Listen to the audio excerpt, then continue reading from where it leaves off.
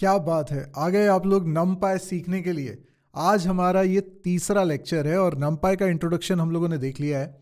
आज हम लोग नमपाई को प्रॉपरली स्टार्ट करने वाले हैं, लेकिन इसमें शुरुआत में मैं आपको इंटरेस्टिंग बात बताने वाला हूं कि नमपाई का यूज़ केस क्या है, नमपाई कहाँ पर यूज़ होता है। तो वैसे तो नमपाई का एप्लीकेशन बहुत बड़ा है, लेकिन मैं आपको कुछ 3 इंटरेस्टिंग नमपाई के यूज़ केसेस बताने वाला हूँ। तो सबसे पहला यूज़ केस मैं आपको बताने वाला हूँ ब्लैक होल के बारे में। आप लोगों ने सुना होगा, ब्लैक होल के बारे में सभी लोगों ने सुना है। लेकिन ब्लैक होल के बारे में काफ़ी पहले प्रेडिक्ट किया गया था कि ब्लैक होल जैसी कोई चीज़ होती है। काफ़ी सारे लोगों ने शुरुआत में डिनाई किया था कि नहीं, ब्लैक होल जैसा कुछ होता नहीं है, ये सिर्फ एक मनगढ़ंत बात है। लेकिन बाद में जाके ये काफ़ी इसको थ्योरेटिकली प्रूव किया गया कि नहीं, ये ब्लैक होल एग्जिस्ट करता है। लेटर ऑन सब लोगों ने ये क्लेम किया कि ठीक है, थ्योरेटिकली समझ में आ रहा है, लेकिन क्या इसकी कोई इमेज हो सकती है? बट इमेज कैसे होगी, ब्लैक होल की इमेज कैसे होगी? क्योंकि ब्लैक होल में तो अगर एक बार लाइट अंदर चली गई तो लाइट बाहर आ ही नहीं सकती, तो उसकी इमेज लेना कैसे पॉसिबल है? दूसरा चैलेंज ये लग रहा था कि इतनी दूर कोई ब्लैक होल अगर होगा हमारे अर्थ से, तो उसकी इमेज कैप्चर करने के लिए कितना पावरफुल कैमरा लगेगा आपको। तो एक्चुअल में जो हम कन्वेंशनल कैमरे की बात समझते हैं, उस कैमरे से तो इसकी फ़ोटो खींचना पॉसिबल भी नहीं है। तो ये कुछ फिजिकल चैलेंजेस थे और ऐसा लग रहा था कि ये तो इसकी फ़ोटो खींचना नियर टू इम्पॉसिबल है। अब अगर ये इतनी इम्पॉसिबल चीज़ है तो साइंटिस्ट को देखो दिमाग कहाँ जाता है। उन्होंने लगाया कि वहाँ से रेडियो वेव्स आती हैं, और रेडियो वेव्स जब आएंगी तो उनको हम कैप्चर करके इमेज में कन्वर्ट कर सकते हैं। लेकिन इमेज में कन्वर्ट करने के लिए चैलेंज ये था कि जितनी बड़ी टेलीस्कोप की ज़रूरत है उसका साइज़ होना चाहिए अर्थ के साइज़ के बराबर। इतनी बड़ी टेलीस्कोप की ज़रूरत पड़ेगी आपको। अब ये तो फिर इम्पॉसिबल लग रहा है। उसका भी सॉल्यूशन निकाला गया। उन्होंने 8 टेलीस्कोप्स बनाए, इवेंट हॉराइजन टेलीस्कोप इनको बोला जाता है, और ये 8 स्ट्रैटेजिक लोकेशन पे अर्थ में लगाई गई, और इनको बहुत ही प्रिसीशन के साथ बनाया गया। ज़रा सा भी अगर उसमें गड़बड़ होगी तो इमेज कैप्चर नहीं हो पाएगी या प्रॉपरली नहीं आएगी। तो 8 जगह पर इनको प्लेस किया गया। अब जो डेटा इससे कैप्चर होता था, वो डेटा इतना ह्यूज होता था कि उसे इंटरनेट के थ्रू पहुंचाया नहीं जा सकता था। इंटरनेट पे इतना सारा डेटा भेजना पॉसिबल नहीं हो रहा था, क्योंकि देखो 8 अलग जगह से अगर डेटा कैप्चर हो रहा है तो एक सिंगल जगह पर उसको कोलैबोरेट करके इमेज बनानी थी। तो इसलिए बहुत सारी हार्ड डिस्क में डेटा को कलेक्ट किया जाता था, उसको लेकर आते थे, सभी 8 जगह से लेकर आते थे, एक सुपर कंप्यूटर में फीड करते थे, और वहाँ पे नमपाई की ज़रूरत पड़ी। और नमपाई की मदद से इतना ह्यूज अमाउंट ऑफ डेटा पे कैलकुलेशन करना पॉसिबल हुआ। ये सिर्फ न्यूमेरिकल कैलकुलेशन है, जिसके बारे में फिजिसिस्ट ने पहले से सोचा हुआ था कि ये कैलकुलेशन से हम निकाल सकते हैं, और उन्होंने उससे इमेज बनाई। सो इट्स नॉट कि कैमरे से क्लिक कर रही हुई इमेज है, ऐसा नहीं है। अभी तक इसकी 2 ही इमेज मिली हैं, और ये जो ब्लैक होल है इसको शायद नाम दिया है M87। तो ये जो ब्लैक होल है इसकी इमेज पहली बार कैप्चर की गई बिकॉज ऑफ नमपाई। एक और जगह यूज़ केस मैं आपको बताता हूँ। जैसे वेव्स के बारे में हमने फिज़िक्स में पढ़ा हुआ है, लाइट वेव्स के बारे में पढ़ा हुआ है, पार्टिकल वेव्स के बारे में पढ़ा हुआ है। हम लोग ग्रेविटेशनल वेव्स के बारे में ज़्यादा कुछ नहीं जानते। ग्रेविटेशनल वेव्स के बारे में आइंस्टीन ने काफ़ी पहले बता दिया था, लेकिन इसको प्रूव करने के लिए कोई तरीका नहीं मिल रहा था। अब ग्रेविटेशनल वेव्स कैसे पैदा होती हैं? तो जब यूनिवर्स में कुछ बहुत बड़े इवेंट होते हैं, जैसे कि सुपरनोवा इवेंट होता है, तो ब्लैक होल हैं जो कोलाइड कर रहे होते हैं, इस तरह के जो मैसिव इवेंट्स होते हैं, उससे ग्रेविटेशनल वेव्स प्रोपगेट होती हैं। और इन ग्रेविटेशनल वेव्स को डिटेक्ट करना बहुत मुश्किल है, क्योंकि यूनिवर्स में नॉइज़ है। इस नॉइज़ को हम कैप्चर करते हैं, लेकिन नॉइज़ के अंदर से यूजफुल इंफॉर्मेशन निकालना is a very challenging job. और वो निकालने के लिए और फिर उसमें से कैलकुलेट करना कि ये वाली जो नॉइज़ में से ये वाला जो पोर्शन है ये ग्रेविटेशनल वेव्स का है, इसमें numpy का इस्तेमाल किया गया क्योंकि इसमें ह्यूज अमाउंट ऑफ कैलकुलेशन की ज़रूरत है। तो डिटेक्शन ऑफ ग्रेविटेशनल वेव्स इसमें इस्तेमाल हुआ है numpy का। एक और यूज़ केस मैं आपको बताता हूँ। क्रिकेट बहुत ही पॉपुलर है और इंडिया में तो खैर कुछ ज़्यादा ही पॉपुलर है। तो हम लोग क्रिकेट के आजकल बहुत सारे इनसाइट्स देखते हैं जो बहुत इंटरेस्टिंग होते हैं। क्रिकेट में ह्यूज अमाउंट ऑफ डेटा है। देखो नंबर्स ही तो हैं। एक बैट्समैन है, उसने किसी बॉलर के सामने कैसा खेला है, उसने कितने रन्स बनाए, उसने किस तरह के शॉट से ज़्यादा रन बनाए हैं, किस तरह के शॉट से वो आउट हुआ है, कितने तरह का डेटा हो सकता है, सोच के देखो।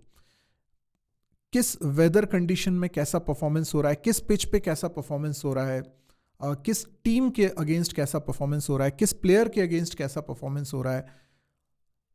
इतना सारा डेटा numpy की मदद से इसको एनालाइज किया जाता है और एनालाइज करके बहुत ही यूजफुल इंसाइट्स प्रोवाइड किए जाते हैं। और इन इंसाइट्स की मदद से मैच की फोरकास्टिंग करना पॉसिबल होता है, प्रेडिक्ट कर पाते हैं कि कौन जीतेगा कौन हारेगा। न केवल इतना, बहुत ही बारीक चीज़ है कि ये बॉलर है, इस तरह की बॉल कर रहा है तो बैट्समैन इस तरह का शॉट ले सकता है। इसके अलावा इसका इस्तेमाल किया जाता है किसी भी प्लेयर की परफॉर्मेंस को इम्प्रूव करने के लिए, एक टीम की परफॉर्मेंस को इम्प्रूव करने के लिए, तो ये डिसीजंस लेने के लिए। तो ये बहुत ही इंटरेस्टिंग इंसाइट्स प्रोवाइड करता है। तो ये सब हो रहा है numpy की मदद से। देखो इन तीनों ही यूज़ केसेस में, या ऐसे और भी बहुत सारे हैं, numpy के अलावा और भी कई सारी लाइब्रेरीज हैं जिनका इस्तेमाल होता है, जैसे scipy है या मैटप्लॉटलिब है या और भी बहुत सारी हैं। पर ये सारी लाइब्रेरीज भी numpy को यूज़ करके ही कैलकुलेशंस कर रही होती हैं। इसका मतलब डायरेक्टली और इनडायरेक्टली numpy बहुत ज़्यादा यूज़ हो रहा है। सो विदाउट numpy ये सब कुछ नहीं हो पाता। तो जस्ट इमेजिन कि हमने कई सारी इम्पॉसिबल लगने वाली चीज़ों को कर दिखाया बिकॉज ऑफ numpy। तो आप जिसको सीख रहे हैं, numpy को सीख रहे हैं, इसकी कैपेबिलिटीज़ का आपको अंदाज़ा होना चाहिए कि आप किस चीज़ को सीख रहे हैं, राइट? तो चलिए अब numpy के बारे में मैं कुछ और चीज़ें आपको बताता हूँ कि ये इतनी ज़्यादा पॉपुलर क्यों है, इतनी ज़्यादा फास्ट क्यों है, इसकी परफॉर्मेंस इतनी ज़्यादा क्यों है। तो आप numpy की वेबसाइट पे जा सकते हैं, numpy.org, और यहाँ पर आपको पता चलेगा कि numpy का भी लेटेस्ट वर्जन कौन सा है। जिस समय मैं ये वीडियो रिकॉर्ड कर रहा हूँ उस समय numpy का 2.2.0 रिलीज़ हुआ है। ये लेटेस्ट वर्जन है। हो सकता है आप बाद में इस वीडियो को देखें तो वर्जन अपडेट हो चुका हो। यहाँ पर आप इसके फीचर्स के बारे में देख सकते हैं। इसमें एक फीचर लिखा हुआ है परफॉर्मेंट। सो ये परफॉर्मेंस क्यों इसकी अच्छी है? The core of numpy is well optimized C code. Behind numpy C code is there, well optimized C code. Enjoy the flexibility of Python with the speed of compiled code. हम जानते हैं कि जो compiled programming languages होती हैं जैसे C++, ये ज़्यादा फास्ट परफॉर्म करती हैं, इनका एग्जीक्यूशन टाइम कम रहता है। और ये एक रिसर्च में भी सामने आ चुका है कि C is one of the most powerful programming language in terms of speed. तो फास्ट प्रोग्रामिंग लैंग्वेज है। तो numpy को वो कैपेबिलिटी मिल जाती है, इसके कारण ये फास्ट है। और सिग्निफिकेंट अमाउंट में हम लोगों ने प्रीवियस वीडियोस में ये देखा भी था कि कैसे इसकी परफॉर्मेंस बेटर है, numpy की परफॉर्मेंस बेटर है। हमने लिस्ट के साथ कंपेयर किया था, एक प्रोग्राम बना के हमने देखा था। तो अगर आप लोगों ने नहीं देखा हो ना, तो प्लीज़ आप इतना करना कि आप इस वीडियो के डिस्क्रिप्शन में जाना, और डिस्क्रिप्शन में आपको प्लेलिस्ट का लिंक मिलेगा और प्रीवियस वीडियोस भी आप देख पाएंगे। आगे आने वाले वीडियोस भी उसी प्लेलिस्ट से आप देख पाएंगे। तो उस प्लेलिस्ट को आप सेव करके रख लीजिएगा। दूसरी चीज़, अगर आपको जो नोट्स मैं प्रोवाइड कर रहा हूँ वो सब भी चाहिए ना, तो आप वीडियो के डिस्क्रिप्शन में जाइए, वहाँ लिंक दिया हुआ है, वहाँ से आप नोट्स डाउनलोड कर सकते हैं। उसके लिए आपको फ्री रजिस्ट्रेशन है, कुछ भी आपको पेमेंट कहीं नहीं करना है। आप फ्री रजिस्ट्रेशन कर सकते हैं, कोर्स में एनरोल हो सकते हैं और नोट्स को डाउनलोड कर सकते हैं। ठीक है, तो ये हमें समझ में आ रहा है कि सी लैंग्वेज के कारण इसकी परफॉर्मेंस इतनी अच्छी है। जो कोड numpy का लिखा गया है उसमें कुछ कोड तो पाइथन में ही लिखा हुआ है, लेकिन मेजॉरिटी ऑफ पोर्शन जो खास तौर पे एफिशिएंसी बढ़ाने के लिए वो सी लैंग्वेज में ही लिखा गया है। तो यहाँ पर आप देख सकते हैं और भी चीज़ें लिखी हुई हैं, powerful and dimensional array, interoperable, numerical computing tools हैं, ओपन सोर्स है, इजी टू यूज़ है, ये सब चीज़ें हैं। यहाँ पे आपको और भी चीज़ें दिख जाती हैं, जैसे कि एक ऑनलाइन एडिटर भी दिख जाता है। यहाँ पे भी आप प्रैक्टिस कर सकते हो अगर आपके पास कोई और इंस्टॉलेशन नहीं है तो। एनीवेज numpy का अब हमें इंस्टॉलेशन देखना है। जो मैंने अभी आपको बातें बताई ना, वो आपको इसी पेज पर नीचे दिख जाएंगी। बाकी आप देख सकते हो कि कहाँ कहाँ numpy का यूज़ हो रहा है। तो nearly every scientist working in Python drones on the power of numpy। तो ये कह रहे हैं कि जितना भी साइंटिफिक वर्क हो रहा है ना, उसमें बहुत सारा डेटा होता है और उस पर कैलकुलेशन होता है, और वो हो रहा है numpy की मदद से। शायद आप लोगों ने कभी मैथ्स में मैट्राइसिस पढ़ा हो, मैट्रिक्स पढ़ा होगा, लेकिन आपने सोचा नहीं होगा कि मैट्रिक्स का इतना ज़्यादा यूज़ होता है, इतना ज़्यादा यूज़फुल चीज़ है। तो हो सकता है डे टू डे लाइफ में हमें डायरेक्टली उसका इम्पैक्ट नहीं दिखता हो कि मैट्राइसिस कहाँ यूज़ होता है, मैट्रिक्स कहाँ यूज़ हो रहे हैं, लेकिन एक्चुअल में ये बहुत ज़्यादा यूज़फुल है। और numpy तो पूरा इसी पर बेस्ड है। यहाँ पर आपको कई सारे नाम दिखाई दे रहे हैं, सबके पीछे numpy है, ठीक है। तो numpy brings the computational power of languages like C and Fortran to Python, a language much easier to learn and use। मतलब हम लिखेंगे कोड पाइथन में तो ईजी तो होगा, लेकिन बिहाइंड द सीन C का कोड ही वर्क कर रहा है, तो ये पावरफुल हो जाता है। यहाँ पे मैंने केस स्टडीज़ आपको ब्लैक होल के बारे में बताया, डिटेक्शन ऑफ ग्रेविटेशनल वेव्स के बारे में बताया, स्पोर्ट एनालिटिक्स के बारे में भी बताया, और भी चीज़ें हैं। आप इसको पूरा रीड कर सकते हैं, आपको काफ़ी इंटरेस्टिंग फैक्ट यहाँ पर मिल जाएंगे। अब हम लोग देखते हैं कि numpy कैसे इंस्टॉल करना है, क्योंकि numpy को अगर यूज़ करना है तो पहले तो उसे इंस्टॉल करना पड़ेगा। अब इंस्टॉल करने के लिए क्या ज़रूरी, सबसे पहले तो मैं ओपन करता हूँ टर्मिनल। आप भी अपने सिस्टम पे टर्मिनल को ओपन कर सकते हैं। देखिए, आपके पास टर्मिनल, अगर आप विंडोज़ सिस्टम को यूज़ कर रहे हैं तो डेफिनेटली आपके पास कमांड प्रॉम्प्ट होगा, आप उसको ओपन करिएगा। मेरे पास मैक है तो मैं यहाँ पर टर्मिनल को यूज़ कर रहा हूँ।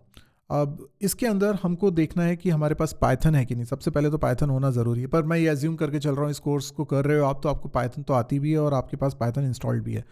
तो जैसे मुझे देखना है पाइथन 3 वर्जन, तो मेरे सिस्टम पे पाइथन का 3.10.6 वर्जन है।